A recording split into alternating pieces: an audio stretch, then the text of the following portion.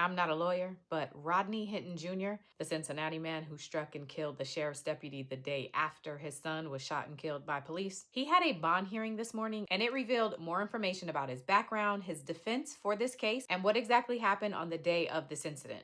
So let me catch you up. First of all, there was some chaos as Rodney was walking into the hearing, but the video quality is not the best, so just bear with me, but watch and listen to this. Mr. Bennett, at the prior hearing before today. Have a seat. Have a seat. Have a seat, sir. Sit down.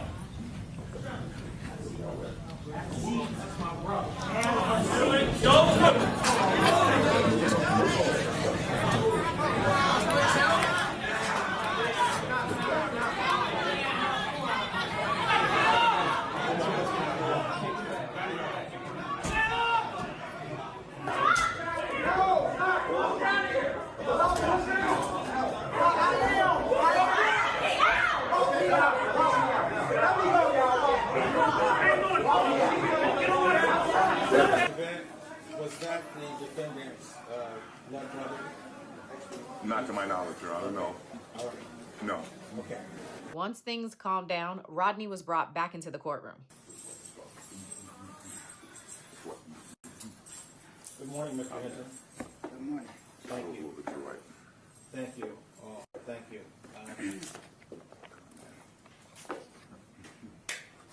And then the hearing actually began.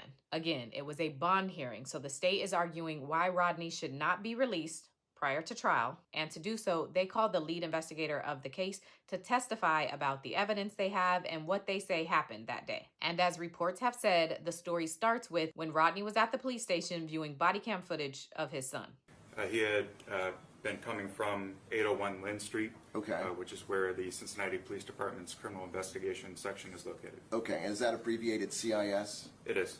He was at CIS to meet with CPD officials to review body-worn camera footage related to an incident that had occurred the day prior. His son had been shot by a Cincinnati police officer. Approximately what time did he view that video?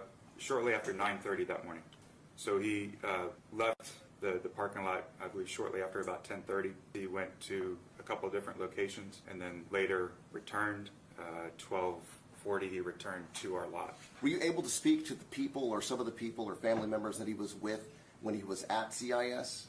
They said that he was upset, was agitated, and they were concerned enough about his emotional state that they did not want him driving, which is why the first time that he was there, when he left, he actually left with family members, not driving the car that he had driven to that location. So just to make sure you're following, Rodney left the police station around 10:30 a.m. after viewing the body cam footage of his son. He had driven to the police station, but he was so distraught that his family members made him leave his car at the station, and then they drove him home. About 2 hours later, so around like 12:30, Rodney comes back to the police station and drives his car alone.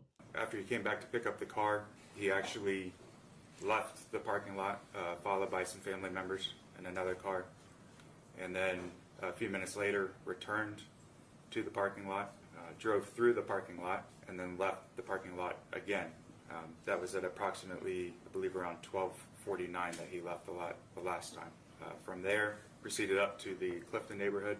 And where was Deputy Henderson working on this day? He was engaged in traffic control duties. There were graduations at the University of Cincinnati that day, and so there was a large volume of traffic in the area, and so he was controlling traffic and assisting pedestrians. He was wearing a sheriff's deputy uniform. Were you able to retrieve any video from any stationary cameras or mobile cameras? We had one camera that was a fixed camera. That camera captured them turning from Clifton Avenue onto West Martin Luther King Drive. We also had the opportunity to view camera from a vehicle that was in traffic, and it did capture the incident. Okay. From here, the investigator walks through what he says Rodney did after he spotted Sheriff Larry Henderson on that street corner. He pulled into that center lane, the median turns into the turn lane, and stopped. There were no other cars in front of him at that point, no obstructions. The vehicle accelerated quickly crossed into the oncoming lanes of traffic, went to the left through the intersection, directly at where Deputy Henderson was standing, struck Deputy Henderson and the metal utility pole on the northeast corner of the intersection. Were there any evidence of skid marks? No, there were no indications at any point that he tried to brake, stop, or otherwise avoid Deputy Henderson. Deputy Henderson was launched several feet through the air. He came to rest in a turn lane several feet from where the collision occurred. Was there anyone who was in the car with the defendant? No, he was the sole occupant of the Ford Focus. Okay, so is there any doubt that he was the driver and operator of that vehicle at that time? No, none at all. Rodney's attorney had the opportunity to do some cross-examination, but before he does, he offers prayers to Rodney's family and the deputy's family. To offer on behalf of the Hinton family and myself, prayers to the Hinton family, prayers to the family of Larry Henderson, the fallen deputy, and I thank the court for having a fair assembly in the courtroom today. With that, I'd like to ask you a few questions, not a lot, okay? So, Do you know the mental history of Mr. Hinton? no, I do not know detailed mental history. Right. Do you know whether or not he's had any medically documented infirmities or conditions? Do you know that? You don't, do you? No, I do not. You also don't know his state of mind at the time of the incident near Burnham Woods and Martin Luther King Jr. Drive. You don't know that either, do you? You think he intentionally did it? And the evidence, yes. Yeah. Are you familiar with acts of someone that is not in their right mind when they commit a criminal act? Acts that you object to that? Okay. You don't know whether or not he was in his right mind at the time that he encountered Deputy Henderson. I would object again, Your Honor. Well, this, Asked and answered a couple times. it's a different question. Judge, one of the factors with respect to the Ohio Revised Code and detaining a person with no bond is his mental condition. And in making that opinion about whether or not it's intentional, you need to know the mindset or the mens rea of the person that you're claiming intended to do this. Was he in his right mind? That's relevant with respect to your bond I'll determination. sustain the objection. I'm not saying that my client didn't try to intend to do this. That's not my position. One more question. You don't know his mindset at the time he shot him, do you?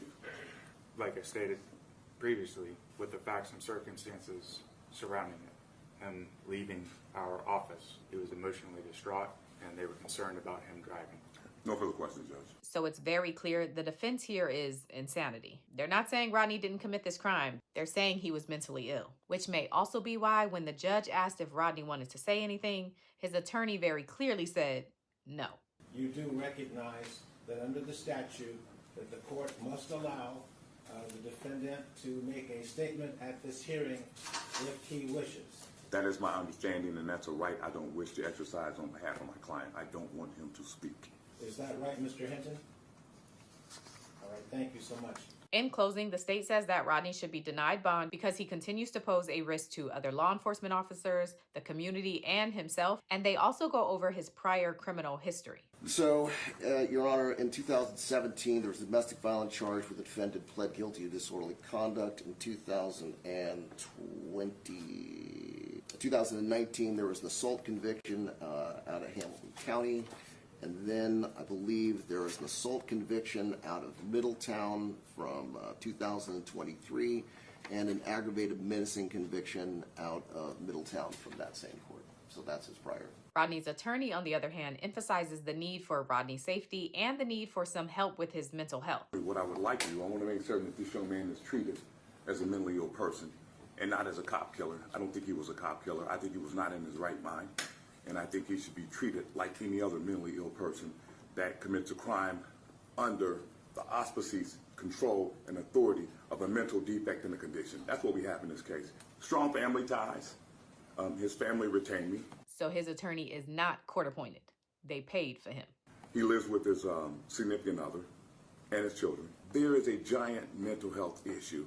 And I would ask that whatever bond, whether it's a no bond or a monetary bond, I would ask that it be coupled with or inclusive of a requirement that he have mental health treatment. I was physically present with the defendant over the weekend.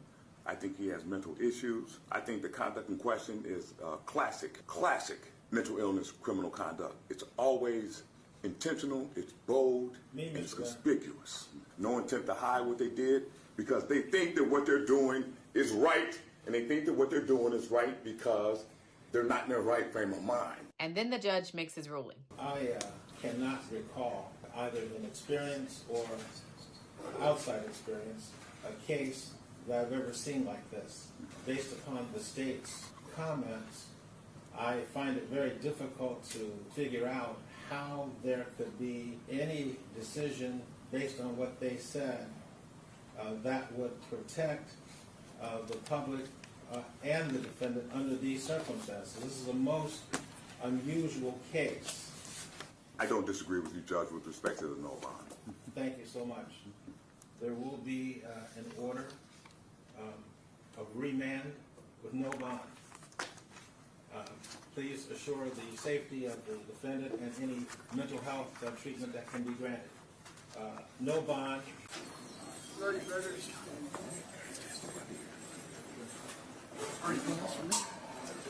This is a terrible case.